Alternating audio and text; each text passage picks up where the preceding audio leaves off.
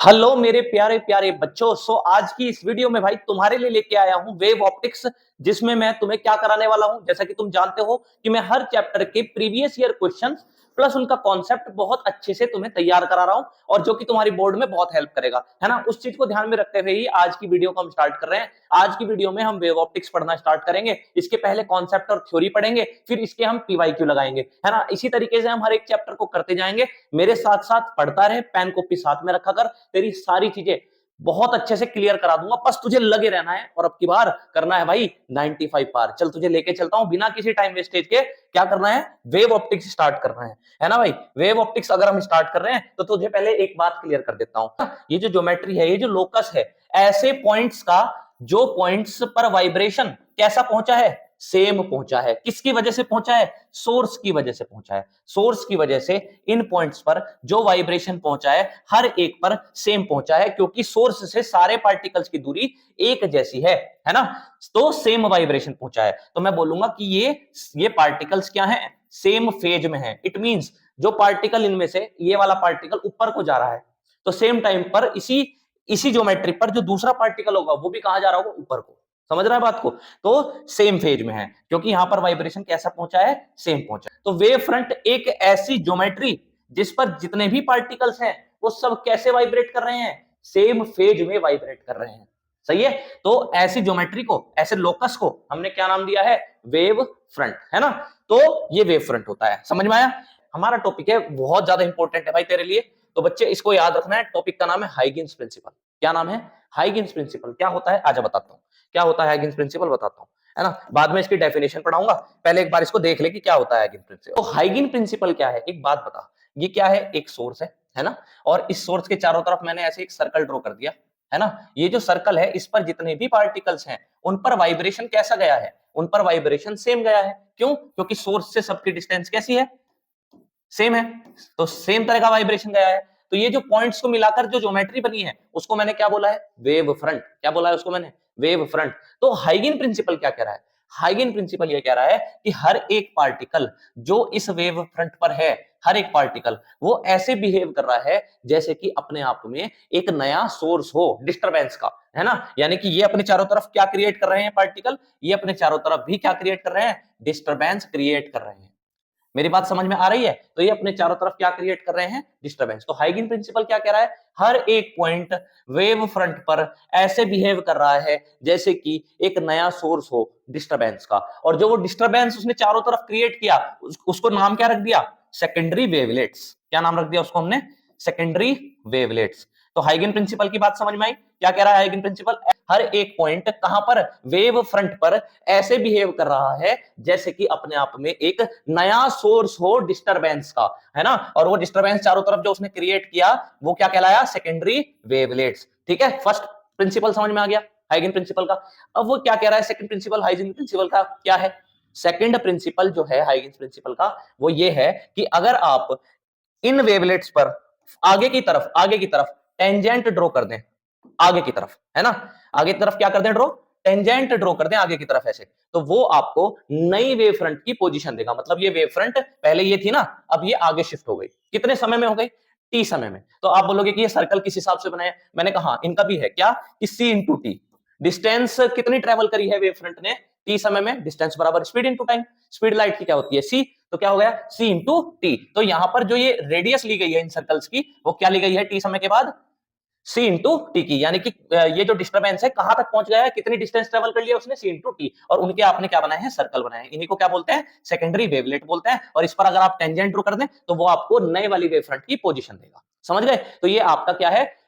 दूसरा प्रिंसिपल है हाइगेन्स का कि tangent to these secondary wavelets in forward direction, आगे की तरफ, है ना, at time T give the position of, किसकी position? New secondary wave front. ये क्या कहलाएगी? Secondary wave front. सबसे पहले नंबर की क्या कहलाएगी? Primary wave front. समझ गए बात को? इस तरीके से वेव जो है आगे की तरफ को चल रही होगी। फिर से इस पर हर एक पॉइंट कैसे बिहेव कर रहा होगा? फिर से हर एक पॉइंट कैसे बिहेव कर रहा होगा?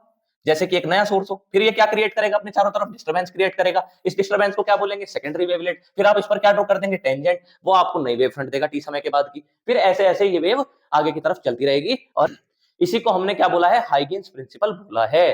ठीक है भाई, तुझे समझ में आ गई ये चीज? तो हाइगेन्स प्रिंसिपल को समझ ले भाई बढ़िया तरीके से। ठीक है भाई, तुझे ये चीज समझ में आई? अब मैं तुझे आगे लेके चलूं, है ना? चल ठीक है, आगे लेके चलता हूं तुझे। अब देख भाई, पहले तो ये पॉइंट्स पढ़ ले, यही बातें लिखी हुई है। Every point on the wave front act as a new source of disturbance called secondary wavelets. ठीक है, ये पहला पॉइंट था। दूसरा पॉइंट क्या था भाई? Tangent to these secondary wavelets in forward direction after time T give the position of new secondary wave front. भाई इनको लिख लिख के तैयार कर, है ना, लिखा कर इनको, है ना। ये सारी चीजें तेरे काम की हैं। इसमें आगे प्रीवियस ईयर क्वेश्चंस कराए जाएंगे और ये सब चीजें भी प्रीवियस ईयर्स में आ चुकी हैं, तो इनको बहुत अच्छे से पढ़। हर चैप्टर के लिए हम इसी तरीके से आगे बढ़ते चलेंगे। ठीक है भाई, चल आगे लेके चलता हूं। अब मैं लेके चलता हूं तुझे किस पर? ये इंपॉर्टेंट आ गया, ये वेरी इंपॉर्टेंट आ गया, 3 मार्क्स में पूछ लेंगे तेरे से। क्या कहेंगे कि हाइगेन्स प्रिंसिपल के बेस पे या वेव थ्योरी के बेस पे क्या प्रूव करो? स्नेल्स लॉ प्रूव करो। अब तुझे पहला सवाल ये है कि स्नेल्स लॉ किसे कहते हैं? भाई ये होता है Snell's law, refractive index mu बराबर sine i upon sine r. इसका मुझे प्रूव करना है। कौन सी थ्योरी के हिसाब से करना है? वेव थ्योरी के हिसाब से, यानी कि हाइगेन्स प्रिंसिपल के हिसाब से। चल भाई तुझे बताता हूं कैसे करते हैं। देख ध्यान से सुन मेरी बात को, मेरी बात को ध्यान से समझ भाई। देख मैं ना यहां पर क्या ड्रॉ कर रहा हूं, ध्यान से समझना। ये एक ग्लास है ना, एक ग्लास है, ग्लास है ना, कांच का ग्लास है ना। और इस पर क्या होता है, ध्यान से समझना मेरी बात। इस पर क्या होता है, यहाँ कोई पॉइंट सोर्स है बेटे, तो पॉइंट सोर्स का ये पहला वेव फ्रंट होगा। पूरा गोला नहीं बनाया मैंने, इतना बनाया। फिर ये अगला होगा, फिर ये अगला होगा, ऐसे ऐसे ये खुलते चले जाएंगे। तो ध्यान से देख, यहां तक आते आते वेव फ्रंट कुछ ऐसी दिखने लगेगी। समझ रहा है? पहली वेव फ्रंट, दूसरी वेव फ्रंट, तीसरी, चौथी, पांचवी, ये ऐसे हो गई। तो ये प्लेन वेव फ्रंट हो जाती है। ये कैसी वेव फ्रंट हो गई? प्लेन। यहां से कैसी चली थी ये? स्फेरिकल। और जैसे जैसे दूर चलते गए तो ये सीधी होती चली गई, तो ये प्लेन वेव फ्रंट हो गई। ये प्लेन वेव फ्रंट इस ग्लास पर आकर पड़ी है, इस ग्लास पर आकर पड़ी है ये प्लेन वेव फ्रंट। ठीक है, तो अब हम क्या करेंगे? एक नियम है, एक नियम क्या है कि जो वेव फ्रंट होती है ना, वो हमेशा रेज के परपेंडिकुलर होती है।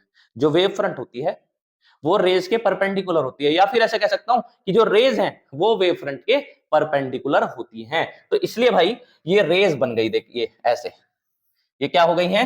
ये रेज हो गई हैं। ये क्या है भाई? रेज हैं। ठीक है, ये क्या है? रेज हैं। कितने एंगल पर? 90 डिग्री पर। ठीक है, ये समझ में आया? इस वेव फ्रंट ने जो ये एंगल बनाया, ये वेव फ्रंट है, ये ग्लास है, ग्लास के साथ जो एंगल बनाया इसको हमने क्या दिया? Angle of incidence. ये क्या है? Angle of incidence. अब फिर से हाइगेन्स प्रिंसिपल का यूज करो, है ना। हमें क्या प्रूव करना है? Mu equals to sine i by sine r. इसी को हमने क्या बोला है? स्नेल्स लॉ बोला है, और इसका प्रूव कर रहे हैं। हाइगेन्स प्रिंसिपल की हेल्प से करना है। तो ये क्या थी? अपनी वेव फ्रंट। तो एक बात बताओ मुझे, हमने हाइगेन्स प्रिंसिपल में क्या पढ़ा है? हर एक पॉइंट कैसे बिहेव करता है, जैसे कि अपने आप में एक न्यू सोर्स हो। तो ये सब क्या है? न्यू सोर्स है डिस्टरबेंस के, है ना। तो ये जो डिस्टरबेंस क्रिएट करेंगे उसके लिए याद होगा मैं ऐसे सर्कल बनवाया करता था, है ना। तो सर्कल बनेगा, है ना। तो मैं पूरा सर्कल नहीं बना रहा हूं, मैं एक आर्क लगा रहा हूं ऐसे, ये लग गया आर्क, है ना। यहां से सेंटर माना और यहां से रख के ऐसे आर्क लग गया। समझ रहा है मेरी बात को? ऐसे आर्क लग गया, है ना। ये आर्क लग गया। कितनी कितने उसका लगा? अभी मैंने बताया था कितने का लगता है आर्क? सी इंटू टी का। समझ में आई बात, है ना। ऐसे ही ये जो है, इसने भी अपने चारों तरफ डिस्टरबेंस क्रिएट किया है, सेकेंडरी वेवलेट बनाई है। तो अब एक बात बता, ग्लास के अंदर जो लाइट की स्पीड होती है वो कम हो जाती है। कितनी हो गई? v हो गई, है ना। तो t समय में इसका जो आर्क लगा वो थोड़ा छोटा लगा। क्यों लगा ये छोटा आर्क? क्योंकि यहां पर डिस्टेंस कम ट्रेवल हुई है लाइट की। क्यों कम हुई है? क्योंकि स्पीड कम है भाई, और स्पीड कम है तो डिस्टेंस का फॉर्मूला स्पीड इनटू टाइम, तो डिस्टेंस यहां पर कम ट्रेवल हुई है ना। अब ये क्या है? Secondary wavelet. ये भी क्या है? Secondary wavelet. किसकी हेल्प से बनाई? हाइगेन्स प्रिंसिपल की हेल्प से बनाई। अब क्या करोगे आप? इन पर क्या ड्रॉ कर दोगे? ये ले भाई, ये क्या ड्रॉ कर दी? टेंजेंट इस पर मैंने ड्रॉ कर दी। तो ये क्या हो गया? ये आपकी नई वेव फ्रंट हो गई। कितने टाइम के बाद? टी टाइम के बाद। समझ में आई बात? ये आपने बना लिया। अच्छा, इन पर रेज ड्रॉ करो। रेज, तो रेज कैसे होती है? हमेशा वेव फ्रंट के परपेंडिकुलर। तो ये रेज इस पर से ऐसे निकल गई, ये चीज। ये कितनी डिस्टेंस बताई अभी मैंने? v into T. ठीक है भाई। अच्छा, ये हमारी कौन सी वेव फ्रंट है? ये वाली, ये हमारी रिफ्रैक्टेड वेव फ्रंट है। तो प्लेन के साथ जो एंगल बनाया इसने उसे एंगल आर बोला, है ना। प्लेन के साथ जो एंगल बनाया इस वेव फ्रंट ने उसे क्या बोला? आर। और ये कितना एंगल है? 90, क्योंकि rays are always perpendicular to the wave front. ठीक है भाई। अब पहले पता है क्या करूंगा मैं? इनको कुछ नाम दे देता हूं ट्राइंगल्स को ना, तो तुझे भी सही से समझ में आ जाएगा। ए, बी, सी, और इसको क्या नाम दे देगा? डी। ठीक है भाई, इतने नाम दे दिए। अब एक बात बता, तू एक बार ना साइन आई निकाल। साइन आई कहां से निकाल? साइन आई इसमें से, एबीसी में से। एबीसी में लगा साइन थीटा का फॉर्मूला, परपेंडिकुलर अपॉन हाइपोटेन्यूस। एक बात बता, एंगल आई है, एंगल आई के सामने वाली परपेंडिकुलर होती है, क्या हो गई? सी इंटू टी, है कि नहीं।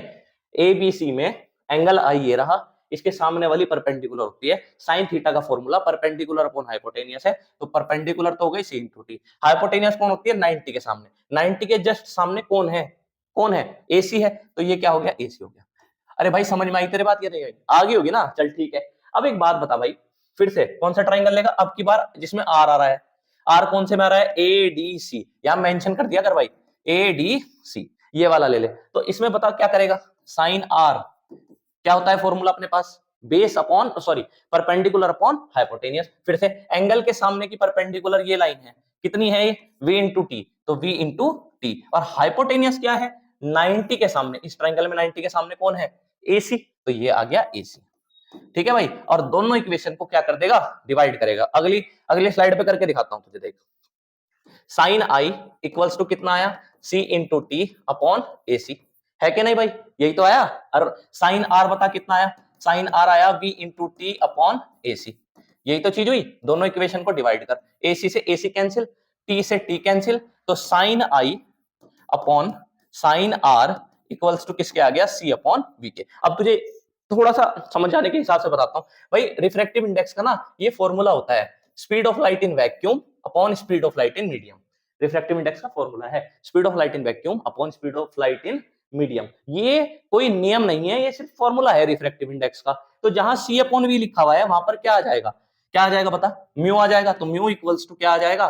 Sign i upon sine r. ये नियम बन गया। इस नियम को ही क्या बोलते थे हम? लॉ ऑफ रिफ्रैक्शन, या फिर भाई स्नेल्स लॉ। किसकी हेल्प से करा? हाइगेन प्रिंसिपल की हेल्प से करा। एग्जाम में आता है, समझ ले बहुत अच्छे से, ये तेरे काम की बात बताई जा रही है। अच्छा भाई, ये तो पहला नियम हो गया स्नेल्स लॉ, ठीक है।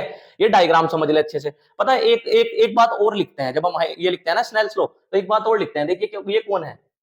ये है इंसिडेंट वेव फ्रंट। ये कौन आई? Refracted wave front. समझ रहा है? देखिए ये भी बाहर आई और ये भी कहां आई? बाहर आई। और भाई प्लेन भी कहां है? बाहर है ना? तो incident wave front, refracted wave front और plane all lie in same plane, है ना? देख दोबारा से, ये कौन सी वेव फ्रंट? इंसिडेंट, देख ऐसे बाहर की तरफ है इंसिडेंट, ये 3D में समझ, है ना? Incident wave front. ये कौन सी? रिफ्रैक्टेड, ये भी बाहर की तरफ। और ये जो प्लेन है ग्लास का जो प्लेन है वो भी कहां है? बाहर की तरफ। तो incident wave front, refracted wave front and plane of the glass all lie in same plane. भाई ये हो गया तेरा पूरा स्नेल्स लॉ। इसको लिख ले बात को जो मैंने बताई है ना? चल तुझे अब आगे लेके चलो। ये तो क्लियर हो गया भाई तुझे सारा, बहुत बढ़िया। अब हम किस पे चलेंगे भाई? अब हम चलेंगे लॉ ऑफ रिफ्लेक्शन पे।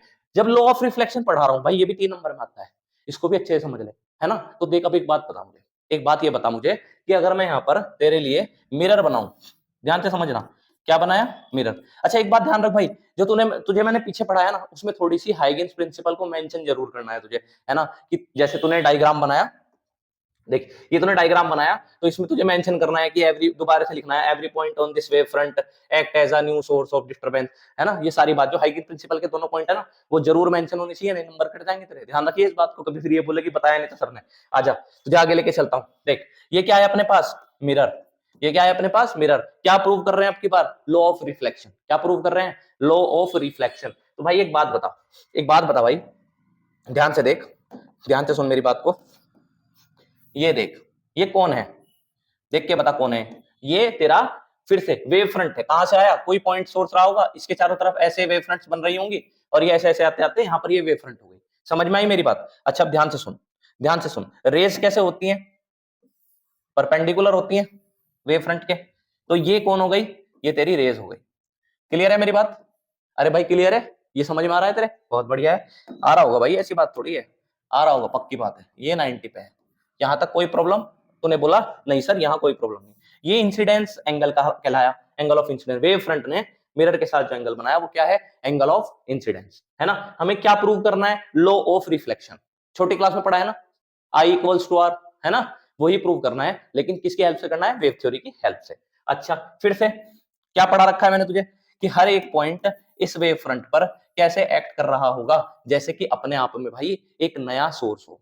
ये चीज बताई थी मैंने, है ना? हर एक पॉइंट ऐसे बिहेव कर रहा होगा। तो ये कितना चल चुका होगा? फिर से आर्क कितने का लगा होगा? ऐसे सेकेंडरी वेवलेट्स बनानी सिखाई थी ना, every point on the wave front act as a new source of disturbance called secondary wavelet. तो वो यहाँ पर ऐसे गोले बनाए जाते थे। मैंने कहा था कितने रेडियस के गोले बनेंगे में, तो कितने के बनेंगे? c इंटू टी के, डिस्टेंस बराबर स्पीड इंटू टाइम। तो यहां से यहां तक आने में कितना खर्चा हो गया? मैं लिख दूं अगर ये कितना आया मैं लिख देता हूं यहाँ पर सी इंटू टी। अब जरा ध्यान से सुन मेरी बात को थोड़ा सा ध्यान से सुन। देख कुछ बात बता रहा हूं तुझे, ध्यान से सुनना मेरी बात। देख ये दूसरा पॉइंट है, एक पॉइंट ये था वेव फ्रंट का, एक ये रहा। तो यहां से भी क्या लगेगा, इसे सेंटर मान के आर्क लगेगा, ऐसे लगेगा कि नहीं लगेगा आर्क। अब नीचे तो लगने का नहीं आर्क, तो बोलेगा क्यों नहीं लगने का सर। मैंने कहा भाई नीचे तो मिरर है, मिरर में थोड़ी चली जाएगी लाइट ऐसे। तो ये आर्क अगर मैं पूरा घुमाऊं, इमेजिन कर दे कि ऐसे लगेगा कि आर्क ऐसे, समझ रहा है बात को। ये इस तरीके से आर्क लगता हुआ दिखाई दे रहा होगा क्या, इस तरीके से थोड़ा और दूर लेके जा, है ना, ऐसे आर्क लगता हुआ दिखाई दे रहा होगा। इससे बात समझ में आ रही है मेरी, इस तरह से आर्क लगता हुआ। तो ये आर्क तेरा कहीं यहाँ पर तुझे अगर तू इमेजिन करे तो कहीं यहाँ पर लग रहा होगा, समझ रहा है, यहां से आर्क लग रहा होगा, वहां पर पहुंच जा, इतना बड़ा आर्क जो है वहां पर लग रहा होगा ऐसे, है ना, ये आर्क लग रहा होगा ऐसे, समझ रहा है बात को। अब नीचे का मैंने दिखाया नहीं वहां पे।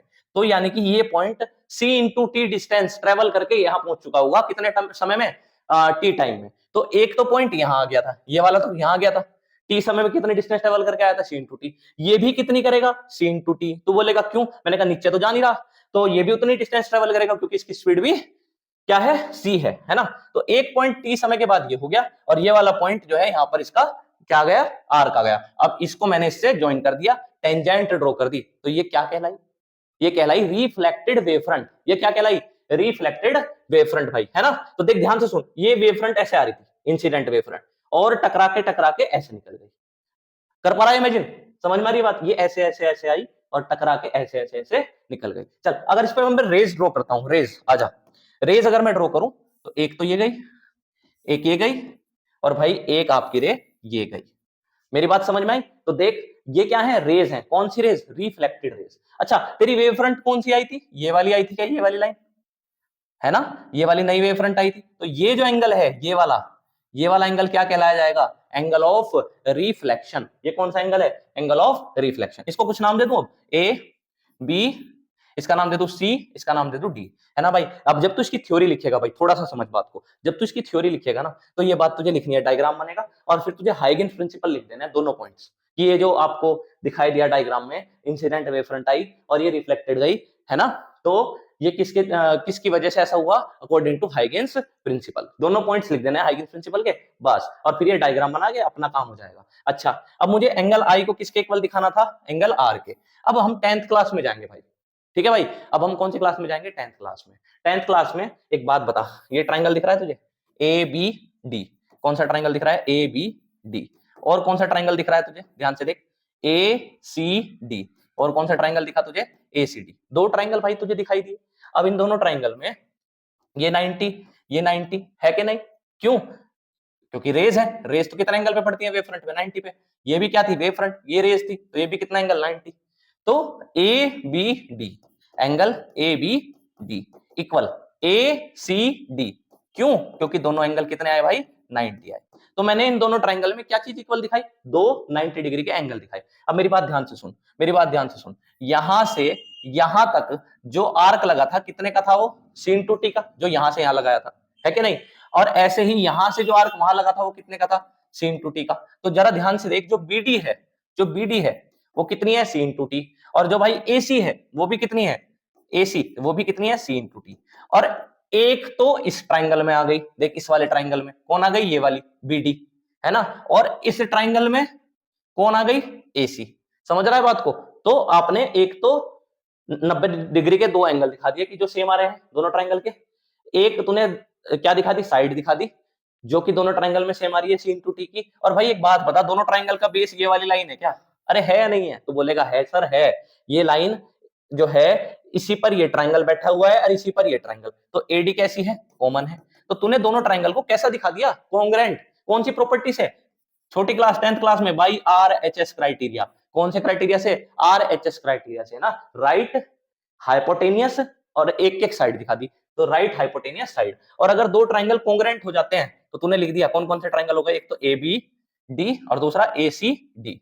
ये दोनों ट्राइंगल कैसे हो गए, एक तो एबीडी और एक एसीडी, कैसे हो गए दोनों ट्राइंगल, कॉन्ग्रेंट हो गए भाई। और अगर ये कॉन्ग्रेंट हो गए तो इस वाले ट्राइंगल में एबीडी में कौन आ रहा है, एंगल आई आ रहा है, और एसीडी में कौन आ रहा है, एंगल आर आ रहा है। तो इसलिए सीपीसीटी से, है ना, अगर दो ट्राइंगल कॉन्ग्रेंट हो जाते हैं तो उनके सारे एंगल्स भी इक्वल हो जाते हैं। कौन सी प्रॉपर्टी से, सीपीसीटी से। इसलिए एंगल आई इक्वल्स टू किसके हो गया, एंगल आर। ओ हो, यही तो क्या था, अरे यही तो था लॉ ऑफ रिफ्लेक्शन।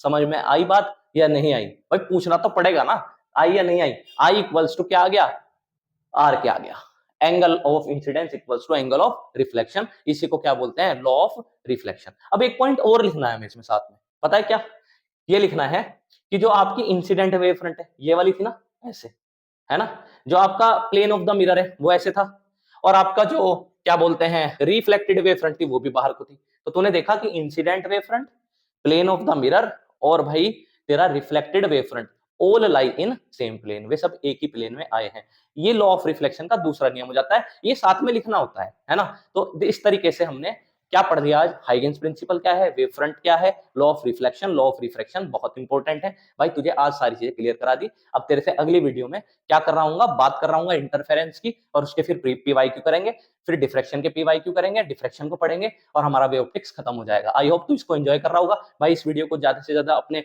जो साथ के फ्रेंड्स हैं उनसे शेयर किया कर, उन्हें बताया कर कि सीरीज चल रही है पीवाईक्यू सीरीज, जिसमें मैं क्वेश्चंस करा रहा हूँ प्लस कंसेप्ट पढ़ा रहा हूँ, और सब कुछ करा रहे हैं, और ये सब चीजें मिलेंगी, और जो उससे जो क्या बोलते हैं कॉन्फिडेंस है वो बच्चे में आएगा। तो भाई ये चीज तू जरूर शेयर किया कर, वीडियो को शेयर किया कर। आगे की वीडियोस में और भी अच्छी तुझे कंटेंट मिलता हुआ नजर आ रहा होगा। मिलता हूं भाई तेरे से नेक्स्ट वीडियो में।